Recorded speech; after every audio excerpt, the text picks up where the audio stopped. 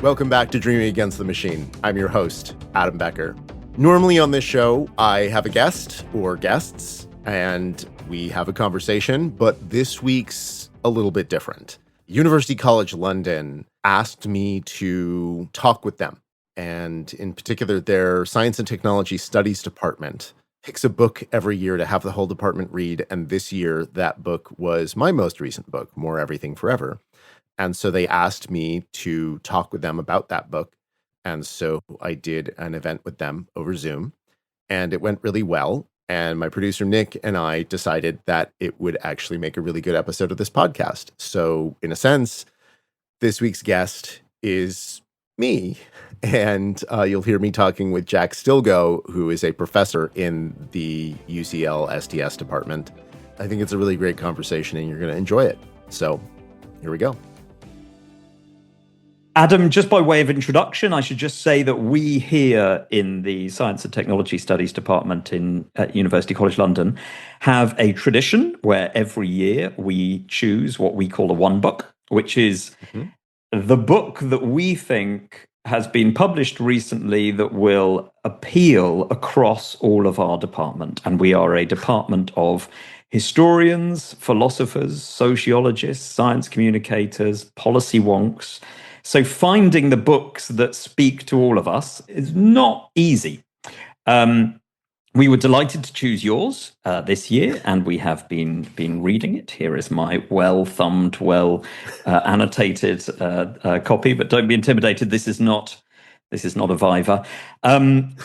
But yeah, we've been so pleased to read your book, not just because it's packed full of ideas and it's relevant to debates in the world right now, but it is also a fine example of the very best form of science communication, and it's a brilliant read as well. So Adam, thank you for joining us. Those of you that don't know Adam's biography, I mean, he'll probably say a bit about this, but he is a science writer for pretty much everybody. And one of the things I want to ask you about, Adam, when it comes to the Q&A is sort of the changing role of science and tech writers. And I'm really interested to hear what you have to say about that. But before we get there, can I just invite you to introduce your own book, and in particular, give us the sort of behind the scenes story of why it needed to be written by you? Absolutely. But before I jump into that, thank you so much for having me here today. It's an honor and a pleasure. And also, thank you for selecting my book and for saying such nice things about it. I had hoped that it would appeal to all of those, all of the sorts of people that are in the UCL STS department. And it's really gratifying to see how many people have gotten so much out of the book. But as for behind the scenes, I have lived now in the San Francisco Bay Area for 14 years. And in a lot of ways, that's where the book came from, is, from me living out here for so long. The sort of flip joke answer that I give when people ask me why I wrote this book is, well, I've lived out here for almost 15 years now, and I've been to too many parties where I heard too many people say too many things that were just completely unjustified and bizarre about the future, and then make really, really wild plans and assumptions based on those things that they said.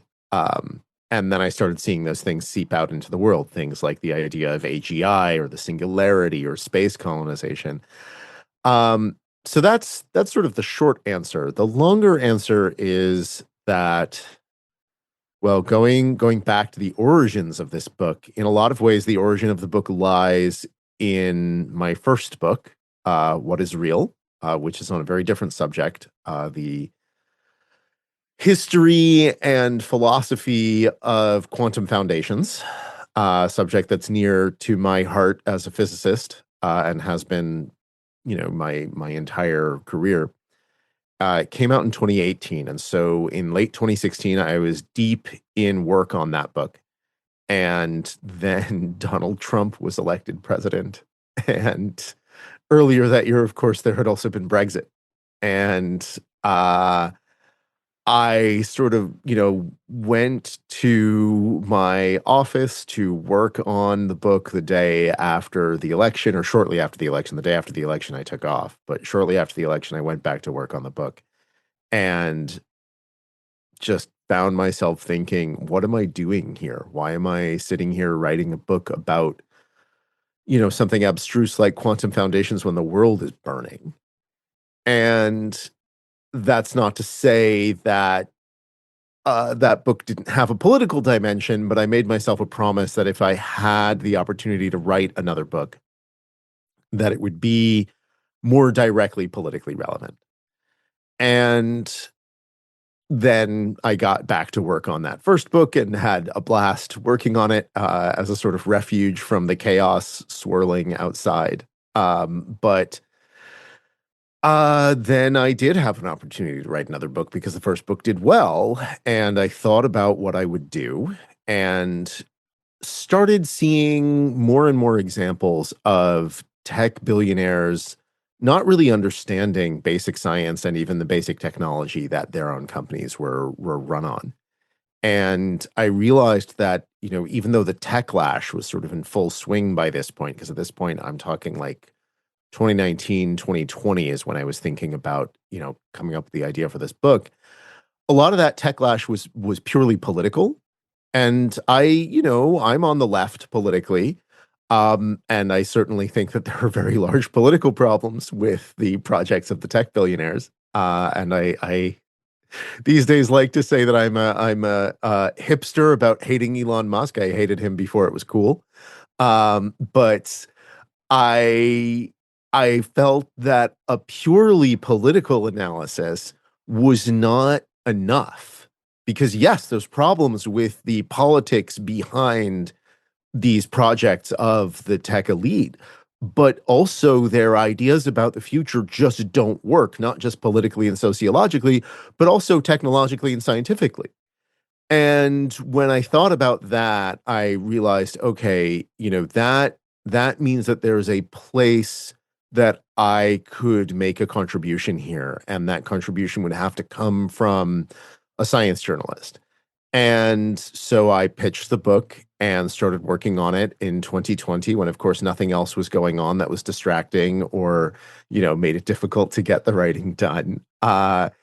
And went down a couple of blind alleys and eventually had to sort of restructure the book and rethink the book. But by late 2022, I was like really solidly into it and had a good idea of exactly what the book was and where it was going.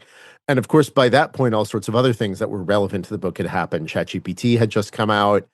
Sam Bankman-Fried had risen and fallen. And that all happened while I was working on the book. So that made things interesting. But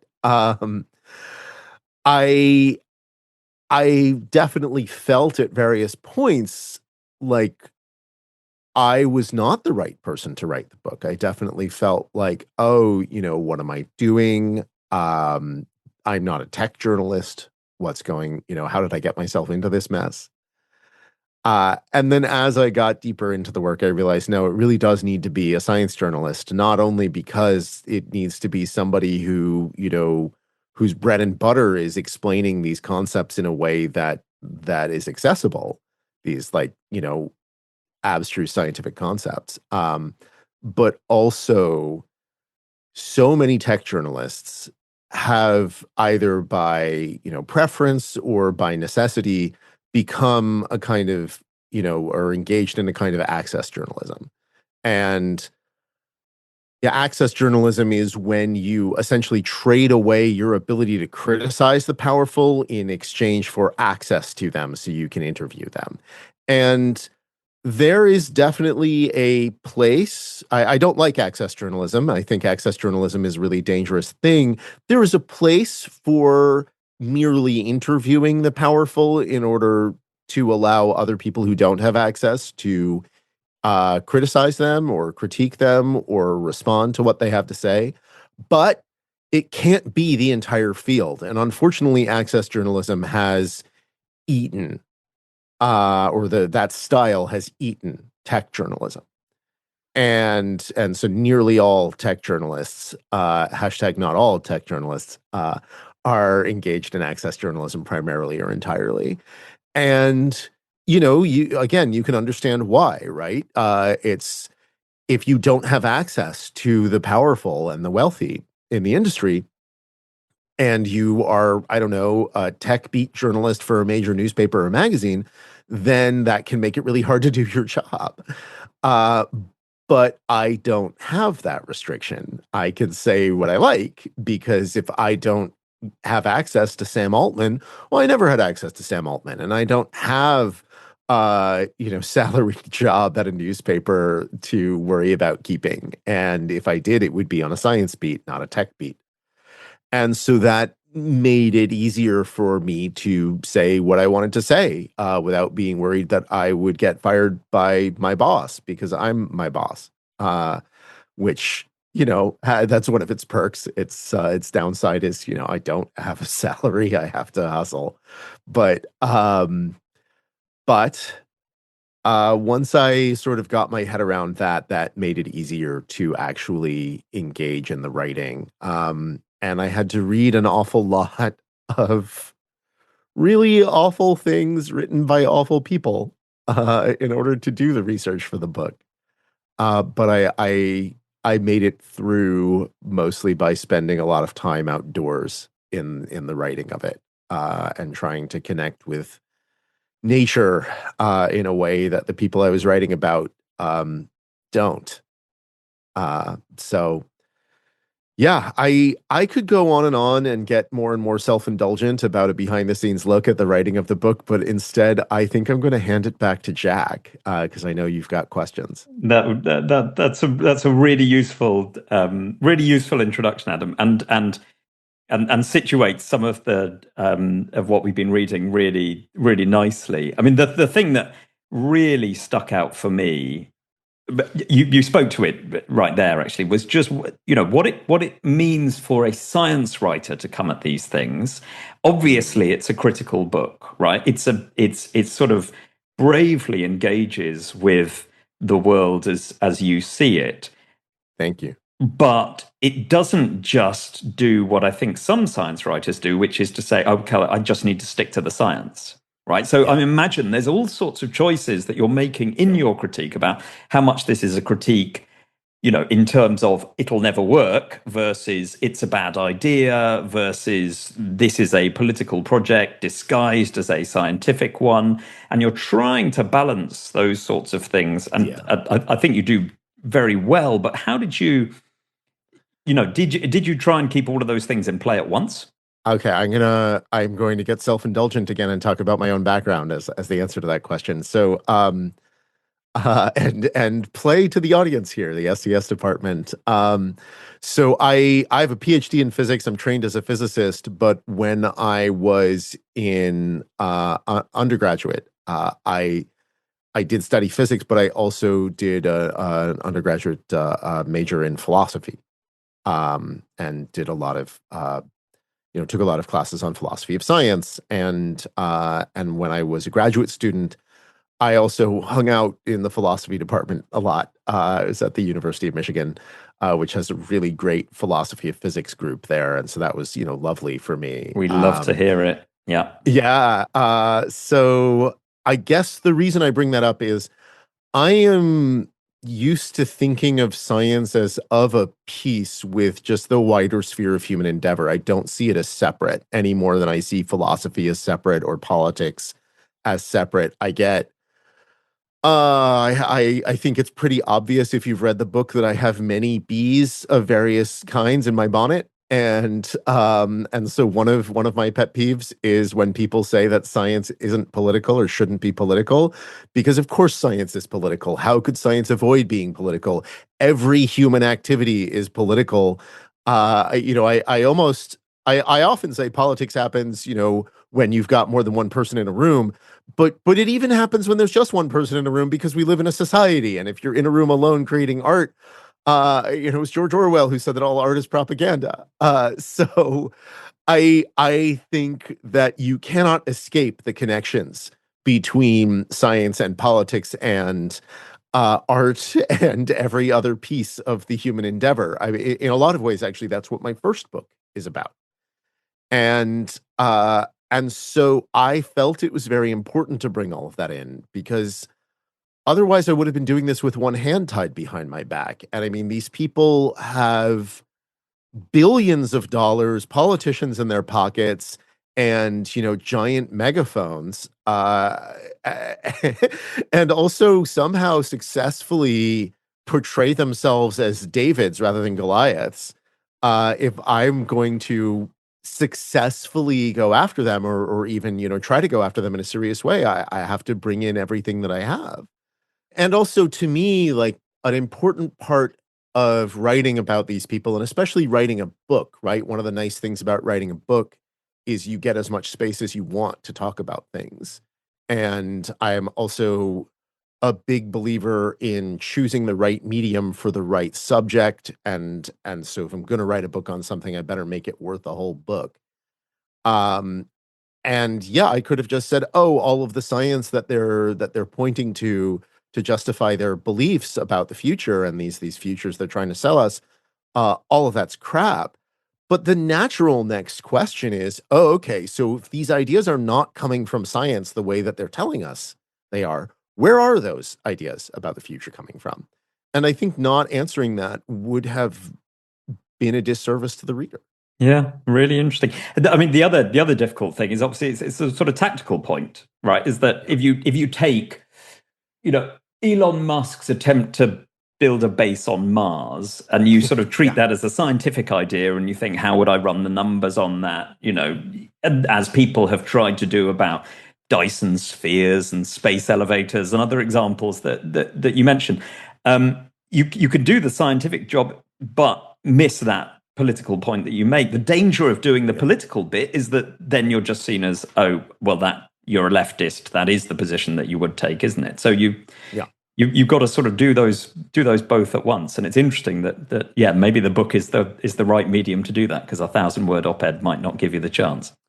No, yeah, I don't think you can get it done that way. I mean, in the same way that there are a lot of meetings that could have been an email, there are a lot of books that could have been an op-ed, and I try not to do that. Unfortunately, we still live in capitalism, and that means we need to talk about our partners and sponsors. But fortunately, our partners and sponsors are great. And if you want to support Dreaming Against the Machine directly, you can join us on Patreon, where $5 a month gives you the chance to ask questions of upcoming guests and a dedicated stream of cat pictures. We love our patrons, and we also love being a part of the Multitude Collective at multitudeshows.com. Multitude is a podcast company made up of passionate people creating shows you can count on. Shows like Pale Blue Pod. Pale Blue Pod is an astronomy podcast for people who are overwhelmed by the universe but want to be its friend.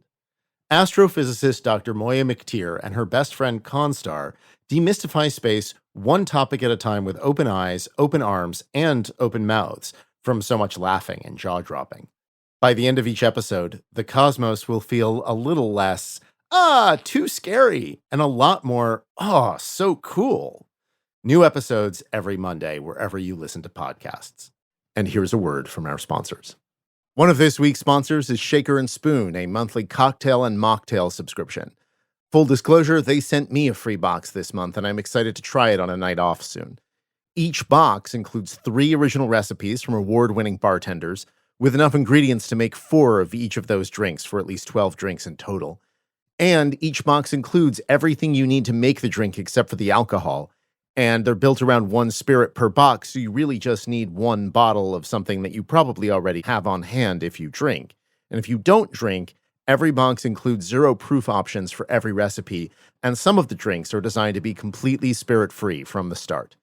The boxes come with recipe cards that include guidance on mixing techniques and glossary of terms that teach you how to shake, stir, build, and garnish these unusual cocktails with eclectic ingredients.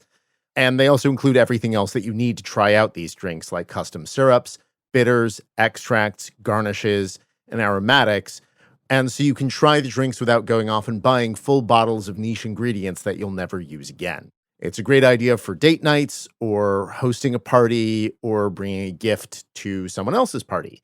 And you can always skip or swap boxes or even just buy individual kits or ingredients without subscribing. So you can try this stuff out at their website, shakerandspoon.com. Use code DATM for 10% off your purchase. Can I ask you about history? So a lot of our colleagues are historians, and one of the points that you draw out so nicely is sort of Silicon Valley's contempt for history. Basically, it's a sort of a newer version of the Henry Ford history is bunk idea. And I think you quote Adrian Daub's book, and I really like that book about. Oh, I love that book. Yeah, about what tech calls thinking, about how Silicon Valley's intentional ignorance of its own history is behind a lot of this, and it is a way for Silicon Valley to say that previous hype doesn't apply, previous disappointments don't apply, because this time it's different. I mean, is it just as much? Is it just a matter of sort of forcing history onto these people? Is there a way to do it, or can history be a powerful mode of critique itself? I mean, the standard joke that I tell about this is that, these tech elites are ignorant of history. And the good news for them is that there's no famous sayings about what happens to people who are ignorant of history. Nothing bad happens to them at all. And so then the problem is that we need to, keep them from carrying the rest of us along with them in their exercise to repeat history. And I know that the second time it's supposed to be farce, but it doesn't feel like a farce when you're in it. I think that there is probably not a way to get someone to take something seriously that they don't already take seriously once they have billions of dollars. I think that billions of dollars make it almost impossible for you to listen in any meaningful way. And so I don't actually have much hope of getting the tech billionaires to, think critically about history or whatnot. I don't think that's the way out of this. I think that the solution is to point out the history to everyone else, to try to sap some of the public power away from these billionaires, right? Because yes, they have many sources of power. Some of it's the money, some of it's the political power, but some of it is the fact that they are taken seriously in the public sphere. I think that Elon Musk should be seen as a rich buffoon, because he is. Instead, he's treated as some kind of, even by his political opponents, he's treated as some kind of philosopher king whose utterances are to be taken seriously.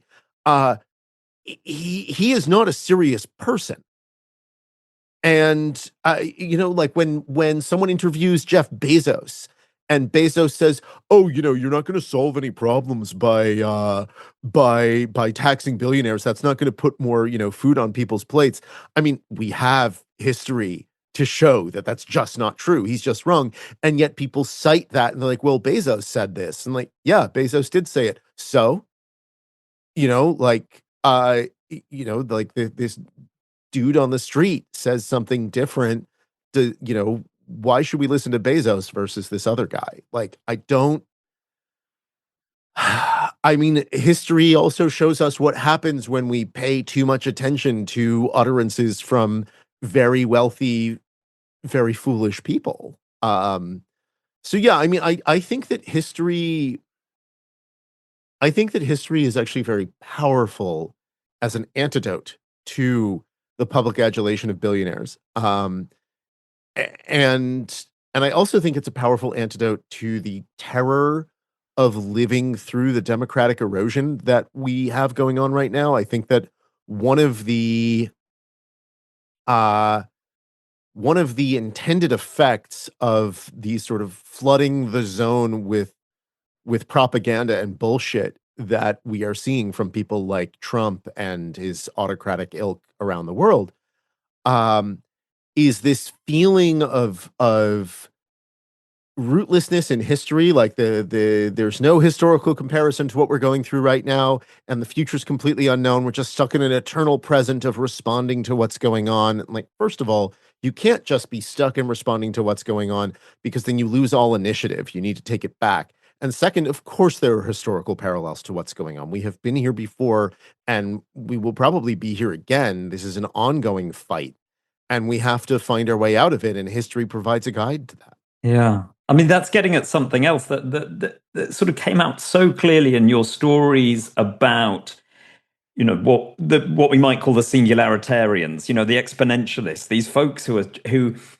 their version of the future, which is a sort of the accelerationist version of the future that is also sort of hyper determined, right? Yeah. And presented as sort of inevitable, and also quite, as in the existential risk sort of story, it's quite depressing, profoundly depressing, and very, very hard for people to extract sort of hope from. But the thing that sort of really struck me, and I wonder what you think of this contradiction, is that the people that are telling this story about inevitability, right, would also want us to appreciate their particular type of genius and their agency, right? It's like, well, if it is inevitable, then why do we need people like you to do these creative things that nobody's thought about before? So I mean, is that just, one of many contradictions of people like Musk and co? I mean, yes and no. It is certainly one of many contradictions, but I also feel like it's kind of the core contradiction. It's one of the reasons I keep coming back to this idea of inevitability and their rhetoric of inevitability in my book. There's, they really want to cut off the ability to imagine some other kind of future. Which is, ironic in that the futures, related set of futures that they want us to believe are inevitable, like space colonization and the singularity and whatnot, are not just not inevitable, but actually, range from implausible to full blown impossible. But that doesn't matter, because of the power of setting the terms of the debate over what the future is something that these guys are very, very interested in capturing and keeping hold of. And a great way to do that is to say, oh, this is inevitable, it's coming. Or even better, and this is something you see a lot from Musk in particular and from Bezos, is, oh, it's not inevitable, but there's really only two choices. Either we do this thing that I want, or everybody dies. And, when you put it that way, it sounds an awful lot like a threat, right? But they're saying, no, no, no, this is just the inevitable forces of history. It's one or the other. Either everybody dies or I save everyone. And those are the only two options we've got. And like, I think that's just bullshit. Right, right. So your mention of the everybody dies thing, brings me to Eliezer Yudkowsky, who is just a sort of caricature of a lot of these views, and is sort of too good to ignore. But I wonder in a researcher's engagement with people like that. My concern would be that we maybe give them too much credit by quoting them over and over again, and maybe what they have to say is outlandish and not representative, and maybe we're contributing to the hype by engaging with it. It's a concern that I and a lot of researchers have, treating these people as data. Yes, take them seriously because they do seem to have power in the world, but how do you manage that? Yeah. Oh God. Okay. So I'm gonna answer that by going behind the scenes again. So I first encountered Yudkowsky and his work, his writing. I don't know exactly when, but it was somewhere around 2010, um, give or take a bit. And my first impulse was, wow, this is crazy. But also, doesn't seem to be going anywhere. And I just sort of kept an eye on it, because it was in the same way that you can't look away from a car crash, a kind of horrified fascination. And And to my dismay, and this is, I think, part of where the book came from, I found him getting more and more traction and more, acolytes, for lack of a better word. Um, and so at this point, I hear that concern. That concern is real. There are things that I have done or not done at various points in my career because I didn't want to give, further air to fringe views that I thought would probably peter out on their own. Yudkowsky is well past that threshold. It's actually quite bizarre how influential he is. When you've got Sam Altman saying that Yudkowsky was, instrumental in the creation of OpenAI, just inspirationally, I actually think that's true. I don't think that Altman is lying about that. And whether or not Altman's telling the truth about that, it's certainly true that Anthropic would not exist if it were not for the work of Eliezer Yudkowsky, because it was founded by people who defected from OpenAI because they felt that OpenAI was not taking Yudkowsky's concerns seriously enough. That's crazy.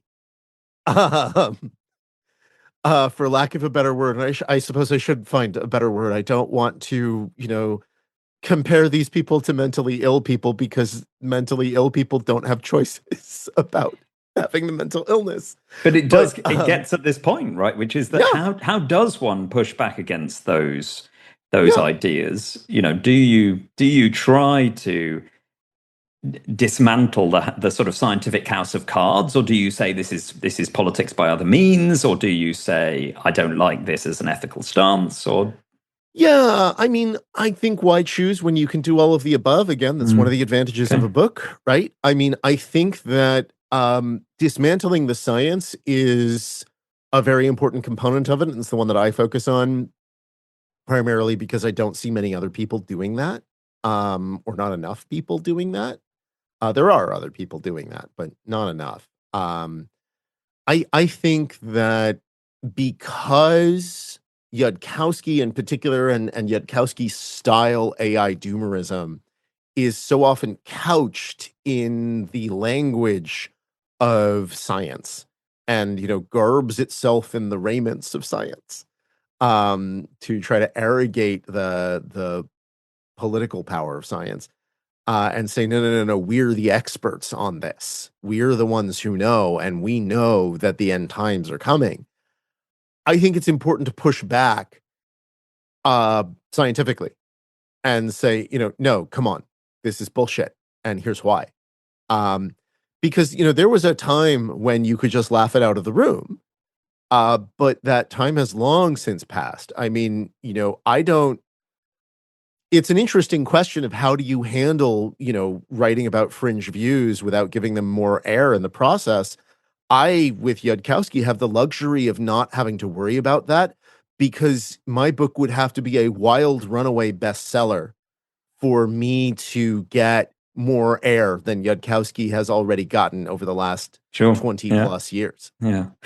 We have a few questions coming in the chat from my colleagues hanging out somewhere downstairs. We'll get to them just before we do. So one of the things that we do here in STS, we run a master's in science communication. And can I just return to the point that you raised in your introduction, which is about being a science writer now, a science writer in a world where Elon Musk is claiming to be a scientist, and his fellowship of the Royal Society here in London is being argued about, where the President of the United States is systematically dismantling institutions that support American science. That seems like how we traditionally have equipped our science writers doesn't seem to sort of match up to those challenges. Maybe it doesn't even match up to the challenge of just dealing with a problem as big and complicated as climate change, right? But what do you think, to our aspiring science writers, science communicators, what needs to change about the job of being somebody at the interface between science and the rest of society? Science journalists, I think we have two horrible myths that I think we have to push back on, because we've got this myth that science is apolitical and science shouldn't be political, which is just nonsense. Hey, if science weren't political, how could it inform policy? And if science doesn't inform policy, then what are we doing? But also we have this myth that journalism shouldn't be political. And that's also crap for many of the same reasons. Of course, journalism is political. How could journalism not be political? It's an activity that humans engage in. Does that mean that you should go out and write, journalism that only reflects your own political views? No, of course not. But you have to engage with the fact that people are using the tools of journalism to political ends. And you need to be able to fight back against that. So as science journalists, we've got it from the science side, we've got it from the journalism side, that politics shouldn't enter into the equation. But of course, politics has to enter into what we do. And if it doesn't, I don't think that we can rise to meet the moment. I think that there is a tendency to mince words when we want to say something like, when we want to talk about something like, I don't know, Trump's climate policies. We'll say things like, Trump is dismantling the infrastructure needed to study climate change, blah, blah, blah, blah, blah. Like Trump is putting people in charge of the EPA or the NSF who are not scientists, things like that. And I think that we need to be more full-throated in our criticism of that, because the science justifies that, right? You can say, we are in a climate crisis, and Trump is denying that reality and lying about climate change. I think that part of the job of journalism is being much more willing to say that someone is lying. And I understand that there can be legal issues with that. But one of the nice things about working in journalism here in the US is we don't have to worry about that as much as you do in the UK. But also, of course, Trump is lying about climate change.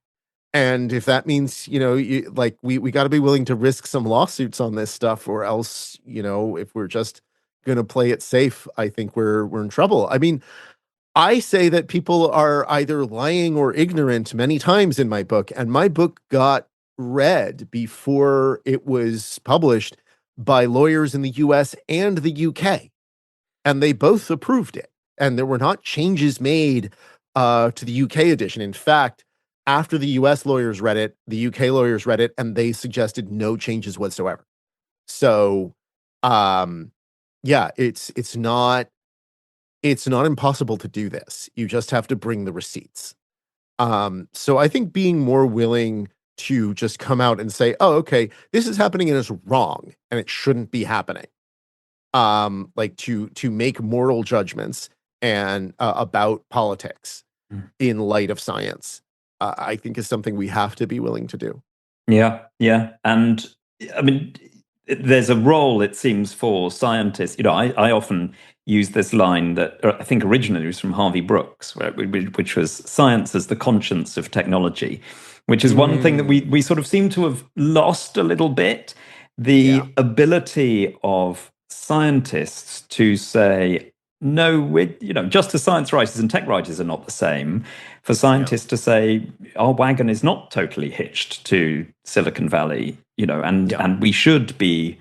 I remember the historian David Edgerton, who's a friend of the department, had this line that scientists should be Luddites, right? That they should be the ones that are asking the difficult questions about technology and holding it to account. But we don't seem to see enough of that. Yeah.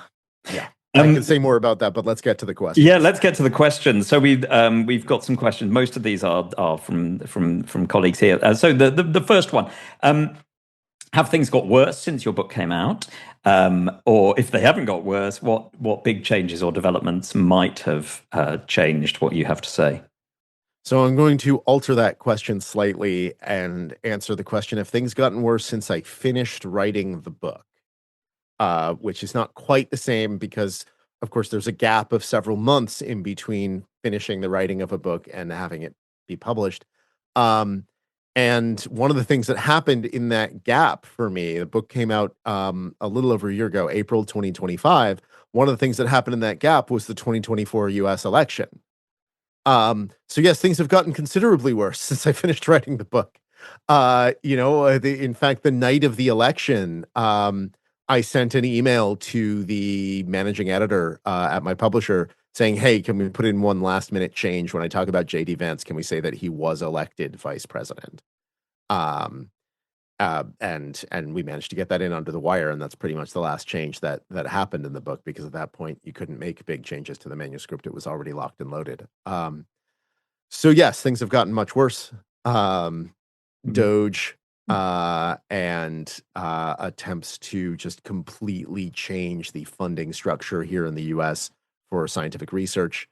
Um, my answer is going to be very US centric because I have lived in the US my entire life. But and of course Silicon Valley is here. But things have gotten much, much worse. And is that an intensification of what you describe in your book? I mean, is it's simply but I told you so doesn't please anybody, right? Yeah, no. I mean, it is very much an intensification of what I was writing about in the book. It just takes these things and tries to make them a more present and real part of our lives. The foisting of LLM products that are sold to us as AI into every single part of our lives has just gotten worse. The AI bubble has gotten bigger and bigger. And also the kinds of, for lack of a better word, bullshit that we are asked to swallow by the tech industry as something serious have just gotten more and more egregious. I can't think of a better example, and something that I desperately wish I could have put in the book, except it didn't really pop up until after I was done writing it. Um, I can't think of a better example than the concept of AI data centers in space, which is just like, let's take absolutely everything that was in the book and roll it all into one concept. That is not happening. AI data centers in space are not happening in any meaningful way other than as like, some sort of publicity stunt or party trick by one of these companies. It's just not going to happen. And yet Musk's compensation plan that's in the documents that were filed for the SpaceX IPO, which is supposedly happening later this month, that compensation plan says that Musk is going to get a bunch of money if and only if he either puts 1 million people on Mars or 100 terabytes, or not terabytes, sorry, terawatts of data center computing power in space. To put that 100 terawatts number in perspective, that's about 1,000 times more than the total data center capacity of the entire planet Earth in 2024. So yeah. Yeah, I did. Data centers in space is one of those things where, if a script writer put that Yeah. down, you wouldn't believe them, right? You'd ask them Yeah. to. So let me come to the next question, which is a very short but pertinent one. Why hasn't the bubble burst yet? I'm really interested in this idea, because the bubble, right, is not just a word of critique. It's also something that is being owned by tech leaders, right, who are talking about there being a bubble. So it's this weird situation where people are saying, yeah, it's a bubble. Why hasn't it burst? Or what would it take for it to burst? I don't know. Yeah, I mean, it hasn't burst yet because as Keynes said, I think it was Keynes, The market can remain irrational longer than you can remain solvent. Um, so, it hasn't burst. Why hasn't it burst?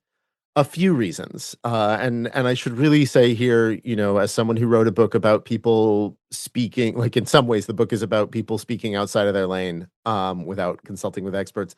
I am not an economist. But as far as I can tell, it hasn't burst because, first of all, a lot of the companies that are actually funding this, like Google and Amazon and Microsoft and Nvidia, are companies that have essentially like limitless cash. And so they can just keep throwing bad money after good for quite some time. And until they turn that spigot off, the bubble won't pop. And the question is, okay, when are they going to turn that spigot off? Or at least until they turn the spigot off, it will be harder for the bubble to pop. Obviously, the bubble could pop without them turning the spigot off, and then they could turn the spigot off. It could the causal arrow could go in the other direction because the market is irrational, right? You could see there being some sort of panic and market sell off, and then suddenly Google and Microsoft and whatnot decide, okay, we're going to stop spending money on this. So it could happen in that direction. But the fact that they have all that money to spend, I think, is one of the things that reassures investors, even though it shouldn't. Um, Also, I've lived in the Bay for too long. I cannot overstate the AI hype out here. It is everywhere, and it is inescapable. And people truly believe that this stuff is the future. I mean, one of the questions that I get about the book really often is, do these guys really believe this stuff? And it's like, any particular individual guy, I don't know, but the entire sort of mass psyche of Silicon Valley? Absolutely, yes. This is the conventional wisdom that AGI is coming, the singularity is coming, and AI data centers in space are a reasonable idea. Yeah. Yeah. And so that's part of why the bubble hasn't popped yet as well. And then also, God, I'm thinking of something, but I'm not sure exactly what I'm quoting. I mean, oh yeah, I know what I'm quoting. Yeah, to quote Casablanca, when Captain Renault is told to shut down the gambling going on at Rick's. And I realize that this is maybe not a great analogy to make because it's the Nazis who tell him to do that, and I don't want to say that the Nazis had any good points. Rick's was a great place, and I love that movie. But Captain Renault said, "But everybody's having such a good time." Um, and you know what? Everybody is having such a good time. Where if you define everybody as the venture capitalists and the tech billionaires, right? They are having a blast, and they also believe that there's going to be a federal bailout if and when the bubble does pop. And so it's even possible that one of the reasons the bubble hasn't popped is that they are waiting for more assurances that that bailout will come. Um, the bad news for them and the good news for the rest of us is public sentiment is wildly against such a bailout. For a while, I had been hoping that the bubble would burst before the midterm elections this year in the US. So I'm wondering Um, if, I mean, in response to the previous yeah, question, right? One thing that yeah, does seem to have really changed in the last year yeah, is a big swing in public sentiment, yeah. against particular, and maybe it's not quite a tech lash, maybe it's just local concerns about data centers, but there's something in the air, right? Yeah, no, I think that's right. And I mean, I was saying like I to this point, I had been hoping that the bubble would burst before the midterms because that would ensure that or make it much more likely that the Democrats would take back Congress. I think at this point it's likely that the Democrats will take back at least one house of Congress. And so as a result, I'm actually hoping that the bubble bursts after the midterms because then the Democrats can block an AI bailout. I am not confident that the Republicans would do that because the Republicans just do whatever Trump tells them to do, and Trump does whatever his corporate masters tell him to do. So yeah, but that public swing in sentiment is, I think, really important. and gets to the second part of this question of like, what would it take for the bubble to burst? I think public sentiment continuing to get worse and worse. I think that helps because that creates more friction to adoption of these AI products. I also think the fact that they really are having trouble building more data centers. I mean, this is why the hype about AI data centers in space is happening, is because they're having trouble building data centers here on Earth. And they'll say, oh, yeah, energy's cheaper and blah, blah, blah, blah. There's no economic case for building data centers in space. Of course there isn't. There's not even really a physics case for it being, something that we could reasonably do. Every case that you could do it has to assume that SpaceX's Starship V3 is going to not only work, but work better than it's supposed to. And they've yet to be able to get that one off the launch pad successfully. Anyway, so I think that a lot of it is really about not being able to build the data centers they want to build here on Earth because of political resistance. And it's fascinating, isn't it, that space becomes the solution to politics, has been for decades. It's like, anything's possible they see it as a place. Yeah, exactly. Anything's possible in space. They see it as a space.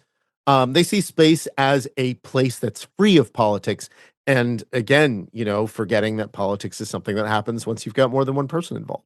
So let me come to a question, a couple of questions actually, which are about effective altruism. So you do a really interesting discussion of effective altruism, and I think, like a lot of educators at especially sciencey universities, we have encountered students with interests in effective altruism. I think it's particularly notable for us because a lot of us here, we teach ethics. We understand the sort of, the history of ethics and the tenets of ethics. And I think one of the other questions gets to this is like, was there a gap, or were we missing something? Effective altruism has taken over a lot of young students' minds in a really interesting way. And I think we didn't quite get the scale of it. What is it in the words of the way the question is put here, it's brilliantly concise. What is it about effective altruism that is so attractive to young people? Yeah. Oh, it's such a good question. I mean, there's a few things, right? I think that the big one is that it provides a sense of purpose, right? If you are looking for a way to make an impact on the world, you want to make the world a better place. And what idealistic young person doesn't want to make the world a better place? Effective altruism comes in with this pretty strong pitch, which is, especially if you're not just an idealistic young person, but a technically minded idealistic young person. Effective altruism comes in and says, oh, we've got the inside track to making the world a better place with math. And that's a pretty appealing pitch if you are that kind of young person. And then another thing that makes it appealing, I think, especially to a lot of its adherents, again, here in the US, I don't think this is as much of a thing in the UK, but a lot of the people who are really into effective altruism here in the US come from highly religious backgrounds that they have left, like various strains of fundamentalist or Orthodox Christianity or other religions. And when you do that, you are essentially raised with this sense of purpose.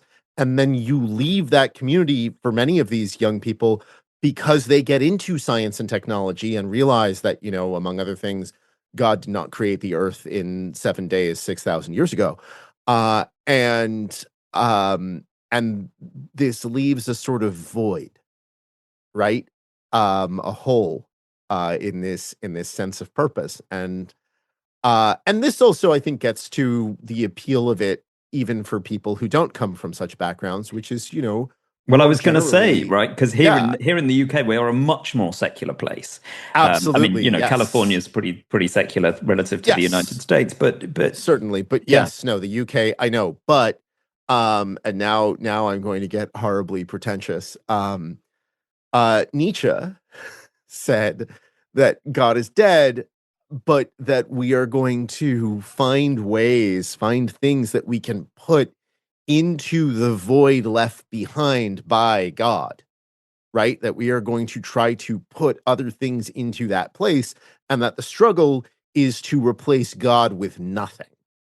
Um, and I think that struggle exists even in secular societies like the UK, because it's sort of a societal struggle in the world. It's bigger than just, one person's life or one country's level of religiosity. This is a thing that I think that like European culture has been struggling with for quite some time. Um, and so I think a sense of purpose, especially when you've got a world filled with manifest problems like climate change, inequality, you name it.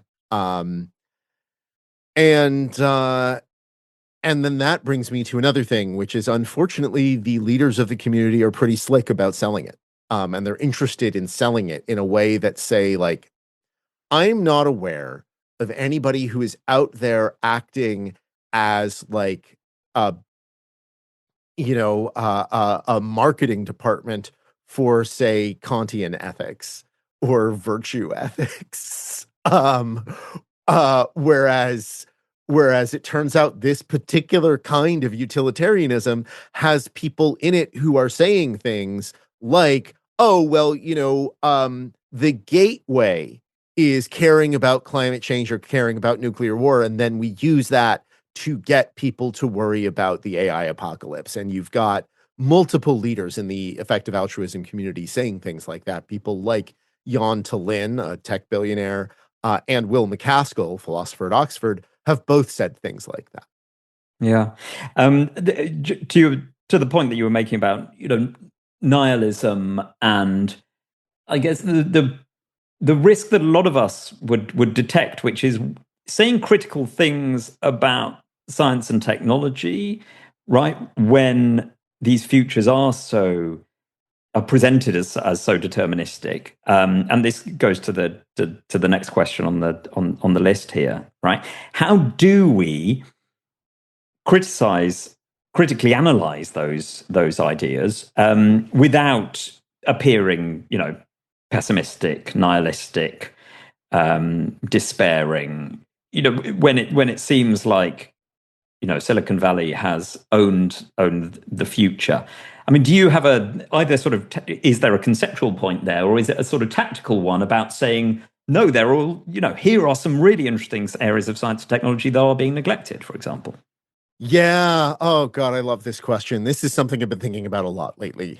And it's something I was thinking about a lot while I was writing the book. I mean, this is, one of the many strange things that happen when you're writing a book is you sort of realize where you want to go before you figure out how you want to get there. I knew that the last sentence of the book had to be the future is open. Um, but I wasn't sure how to get there.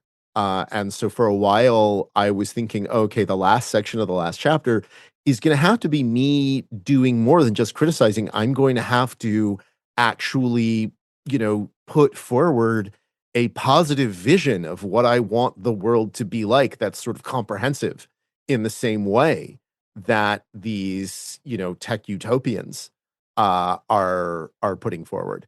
And I kept trying to do that and kept completely failing. And then I came across an essay by one of my favorite writers, George Orwell, where he said, and this is the quote that I put into the end of the book at my editor's suggestion. He said something to the effect of like, we shouldn't be trying to envision a full-blown utopia. We should just be thinking about, these are the directions that we want to move in, but the destination is not known. Because utopia is not the kind of thing that we can realistically envision. And maybe he's not right for everybody, but he's certainly right for me. I'm no good at realistically envisioning a full-blown utopia. Nor I is do think, Mark Zuckerberg, it seems, by the yeah, way. Yeah. yes, exactly. And I also think it's suggestive that, the word utopia doesn't mean a perfect place. It means no place, right? Place that doesn't exist. But um I think, another reason I love this question is that, people ask me, well, you seem like such a curmudgeon. You're so down on so much technology. But I like to think that I actually have a pretty sunny personality. And so maybe part of the answer is you do it with a smile on your face, but that's not the whole thing, right? Because there are technologies that I'm excited about. And some of them are technologies that are under attack, right? Like I'm so excited, so excited about mRNA vaccines. And it is terrifying to see them under attack by the current administration here in the US. There are also social technologies that I'm really excited about, which are also under attack. Like, I think foreign aid is great.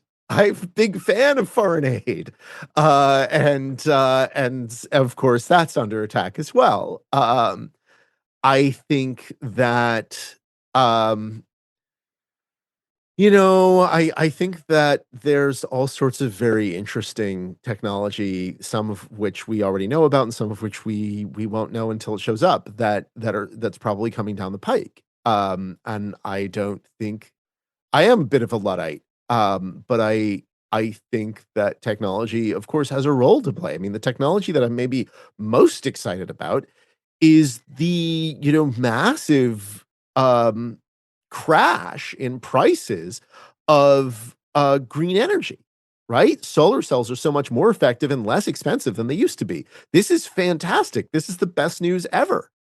um which is one of the reasons why it's so rich when people say, oh, we're going to use AI to solve climate change. Man, we don't need AI to solve climate change. We know what we need to do to solve climate change.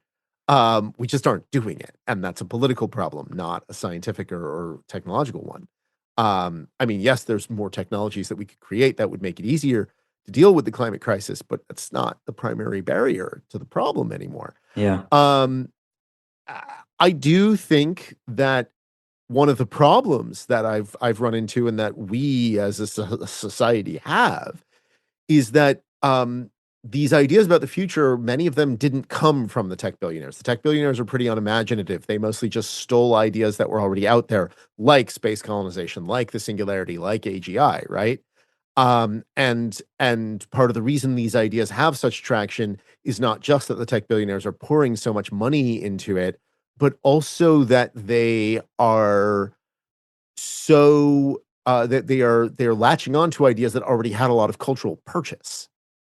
And a lot of that is due to, beloved genre, science fiction that I just am a complete sci-fi junkie, as I say in the book. And so I think part of what we need to do is we need science fiction to be doing more to help us think about what different futures could be like, even though science fiction is not really about what the future could be like.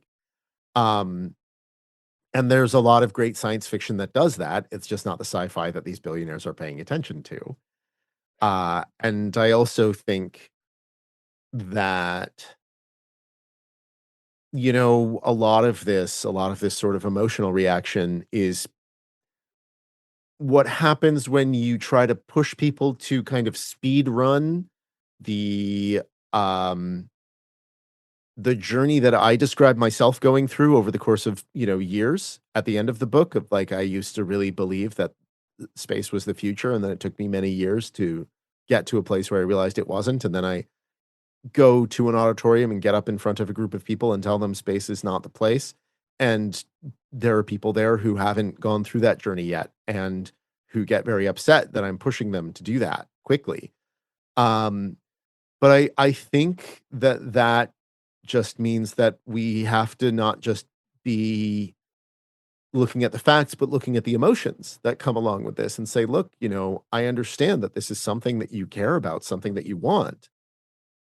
Um, and I'm here to tell you that that is a false promise, that you've been lied to, that, we need to build realistic futures, and that's not one of them. And I think that couching it that way makes it a less bitter pill to swallow. Yeah, yeah. So final Yeah. question about about being a science writer. We've got a couple of questions here. One is about, civility and politeness and the sort of language of science, certainly in Britain, maybe globally, is quite a sort of polite one. So maybe, calling people out is something that a lot of scientists and science writers are unwilling or unable to do. And then the second one is about how your writing has changed after this book, or the response to the book. So just say a bit about, the sort of about tone, about types of engagement, politeness, that sort of thing. That's hard. I'm finding myself thinking about a play that I like, a very famous play, The Crucible by Arthur Miller. There's a scene toward the end of the play where the main character, whose name I'm blanking on because of course I am, John Proctor. There we go. John Proctor is asked to sign a false confession, and he's told, you sign this false confession, everything's going to be fine. You'll be fine. You get to walk off with your life. And he says he'll do it, and then at the last minute he rips it up instead. And we can debate whether or not that was the right call, but when he's asked, why did you do that? He says, because I have to sign my name to this, because it is my name, because I cannot have another in this life. And whether or not that was a foolish thing to do, whether or not, it's okay to sign a false confession in order to save your own life, and then maybe you fight the regime that's forcing you to do that afterwards. We can put that aside, but I think it's actually a very nice encapsulation of the idea of integrity. That you have one name that you were given in this life, and what you sign it to, what you put it on, is something that you get to make choices about. And it's one of the few things that you get to make choices about. I think a lot of things in our lives, we are not things that we determine. They're determined by, giant historical and physical forces that are larger than we are, and societal forces. But I try to conduct myself that way. And I think that one of the nice things about writing books is your name is right there on the cover. And I don't mean that's nice in an egotistical way, although there's a bit of an ego boost. I mean, like, it keeps you honest. When you're writing the book, you can think, oh, well, maybe that's good enough. And then you're like, wait, my name's going to be on this. Hold on a second. And people pay attention to the name on the cover of a book, I think, much more than they pay attention to a byline in a story. I think a lot of people don't even really look at bylines, unfortunately. And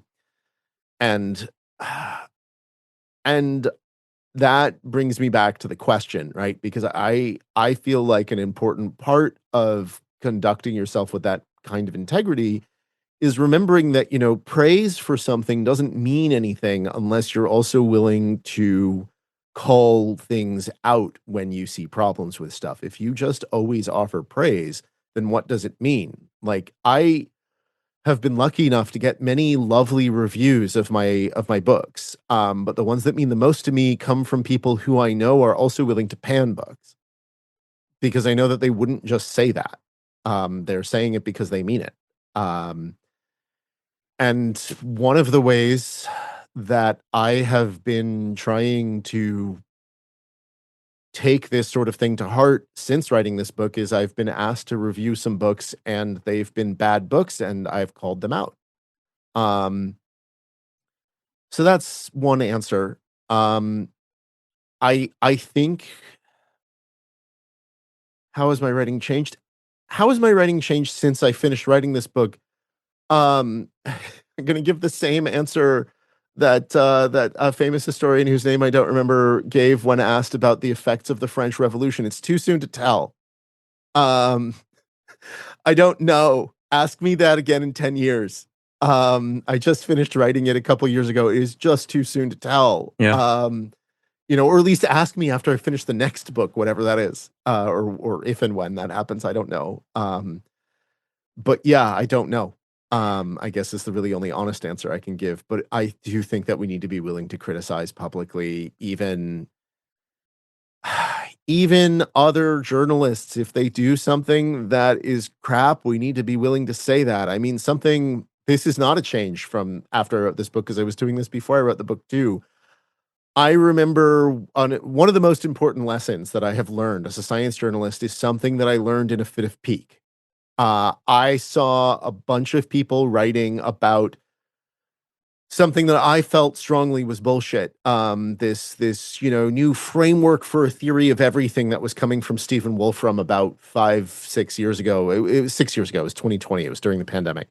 Yeah, it was early on in lockdown, actually. And I saw coverage of it that I really thought was just too mealy-mouthed and engaging in false balance. False balance is one of those terms that I just try to always keep in mind when I'm thinking about how to write about things. I don't want to engage in false balance. I want to, as the saying goes, as a journalist, we need to afflict the comfortable and comfort the afflicted. And that means being honest. And I saw way too much false balance in the writing about this. It's like, oh, maybe it's good and maybe it's not. And I'm sorry, but the overwhelming majority of physicists think this is crap. And the journalism on this does not reflect that. And if we can't have that on something as inconsequential as a rich dude's, framework for a theory of everything, purportedly, then how are we going to hope to find, a solution to false balance on something like the climate crisis? And I got real mad, probably because I was locked in a room, and sent an email to an editor that I knew where I just dashed off, I don't like this. I think this is false balance. I'd like to write about this in a more accurate way, and wrote it and felt better and figured that I just embarrassed myself and I wouldn't get the commission. And then I did. And then I wrote it, and got the access I needed to write it, and then wrote it anyway. And yeah, okay, that means Stephen Wolfram's probably never going to talk to me again. So what? Well, I think the message, Adam, there is, especially to those people that we've been reading about the last few months who, have had their names put to things produced by AI. I think the message of being very careful what you put your name to is an excellent one. And we look forward to the next book. Obviously, we do, and more power to you with that one. But for now, thank you so much for joining us. Thank you for giving the whole department the benefit of the book and your discussion of it, and all of this attention and your careful consideration of all of our questions. We really appreciate it. Thank you so much. Thank you. This was a lot of fun. Well, I guess we didn't have a guest this week, but thanks to University College London and Jack Stilgoe for setting up that event. And next week, we go back to our usual format, and I'll be talking with Annalee Newitz about psychological warfare and a bunch of other fun stuff. So, yeah, see you then. To submit questions for future guests and to suggest other guests, and to see more pictures of Babka, join the conversation on Patreon. You can also find us on YouTube, on Instagram at DATMpod, on the web and on Blue Sky at dreamingagainstthemachine.com, or just find us wherever you get your podcasts. Dreaming Against the Machine is a proud member of Multitude Productions. Our executive producer is Nick Carissimi. Our theme music is by Jared Emerson Johnson. Our show logo is by Nick James. And our fearless leader is Babka, the greatest cat in the observable universe. I'm Adam Becker, and I'll see you next week.